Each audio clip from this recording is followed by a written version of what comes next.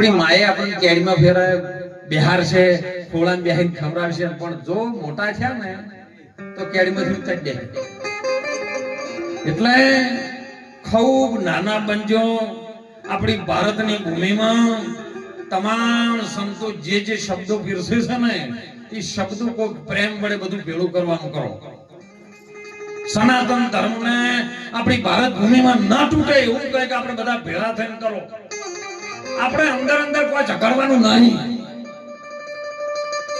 પાકિસ્તાન વાળા કોઈ દાડો આપણે લડવા આવ્યા છે અને આવે તો ખબર પડે કે આ પાકિસ્તાન વાળા છે તો આપણે ફૂલ તૈયારી પણ આપણામાં જીવ દેહ કરો છો કે મેળા આપણે આટલું ભજન કરો આટલું સત્સંગ કરો કથાઓ થાય હવન થાય હોમ થાય પૂજાઓ થાય આટલા મોટા ભંડારા થાય હે તો જાગૃતિ કેમ નહીં આવતી તૂટતો જાય સનાતન ધર્મ એનું કારણ શું છે આપણે આગા પાછું મેળતા નહીં બહુ હંપીન કાર્ય કરજો સાહેબ જીવનમાં જેના શરીર આ વધારી સાહેબ હતા ખૂબ સાહેબ એમનો ખુમારી એવી હતી ને કે ગમે કરો પણ બધા ભેળા રહો અને ભેળા છો ને એક લાકડી તમારે જુદી છે ને ભાગવી છે ભાગી જાય પણ તો કદાચ 5 લાકડીનો ભારો ભેળો છે ને તો કોઈ દુનિયાની તાકાત નહીં તમારા સનાતન ધર્મ ને તોડી શકે ધર્મ દુનિયાની અંદર એક જ છે એ સનાતન છે અને બીજો કદાચ ગણવા તો એ માનવ ધર્મ છે બીજા બધું તો સમજી આવે અને એટલે મહાપુરુષોએ સત્યના માર્ગે જે ચાલ્યા છે ને એની પરીક્ષાઓ થઈ છે કસોટીઓ થઈ છે કસોટીથી પાર નીકળી જાવ ત્યારે તમને પોતાનું ખબર પડી જાય એટલે ખૂબ આજનો સમય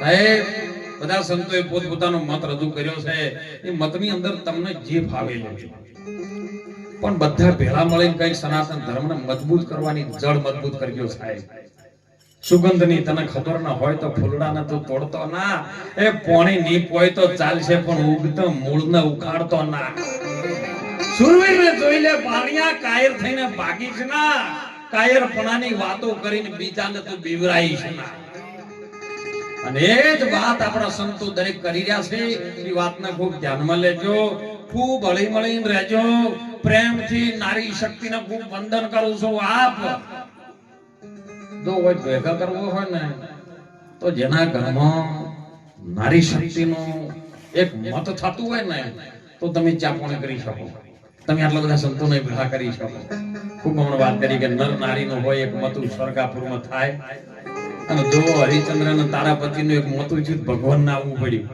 હે શેઠ સગાળ શ્યાનંદ ચંદ્રાવતી ને એક મતું થયું ને 14 લોક બ્રહ્માંડ ના માલિક ને ઈ પૂછવું પડ્યું તો બોલ તાર શું દોવા છે જો દુઓ ને સાહેબ સાથે મળ્યા છે ને એ સત્યના વચન ઉપર રહ્યા છે સત્યના માટે પોતાને તકલીફો પડી તોય ડગ્યા નથી સાહેબ અને ઈ વાત આપણા સંતો કરી રહ્યા છે એ વાતને જરા સમજજો કોક સારા કાર્યની અંદર બની શકે તો સદારામ બાપા થોડું કહેતા કે થોડું કરજો પણ ઠીક કરજો છોડજો વિચારો ગમના જો સાચી છે તમારી ભાવના તો પૂર્ણ થશે કામના એ તમે ભાઈઓમાં ઝઘડતા નહીં હે વાઢેલાનો ઝાડ કોઈના ઘેર નાખતા નહીં હે અને સદારામ બાપાએ તો ઘણા ટપકાલે કે ભક્તોમાં ઠેડ પડ વધી ગયું હે એમની વાણીમાં એક ઠપકા આલ્યા બાપાએ સાહેબ તો બાપાની રાહે આપણે ચાલશું દરેક સંતોના મતનો આપણે બધા સાર લેશું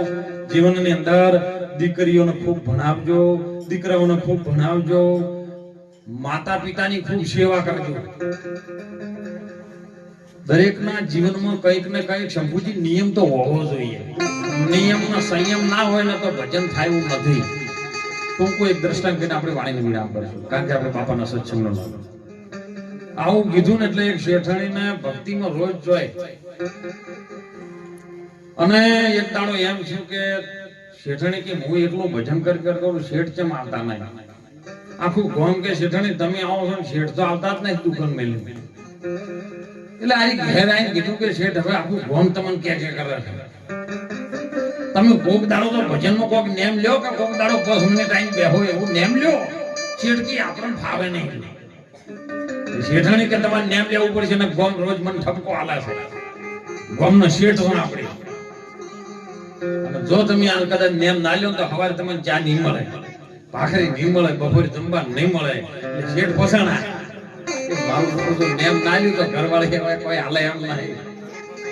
એટલે જઈને ત્રીજા માળે મેડી ઉપર ચડ્યો. મેડી પર ચડીને શેઠ લમણો કર્યો ને હોમે કુંભારનું ઘર હતું. અને કુંભાર માટલા ઘડવાનું કામ કરે ને માટી ગધાડેથી લાવતા પેલા. એટલે મને નજર પડી ને ગધાડા ફેરે. એટલે શેઠને એમ થઈ ગયું બસ આ ગધાડો જોઈને હવે જાપી લીધા. નેચે આયો શેઠને કીધું કે બસ આપણે નેમ લઈ લીધું કે જો કે હોમે કુંભારનું ઘર છે ને એ ગધાડો છે મારે ઈ જોઈને જાપી. શેઠને કે દવાઈ જો એક તો લીધું એ આજ હમણાં ગધાડા હોમો તો લમણો થયો.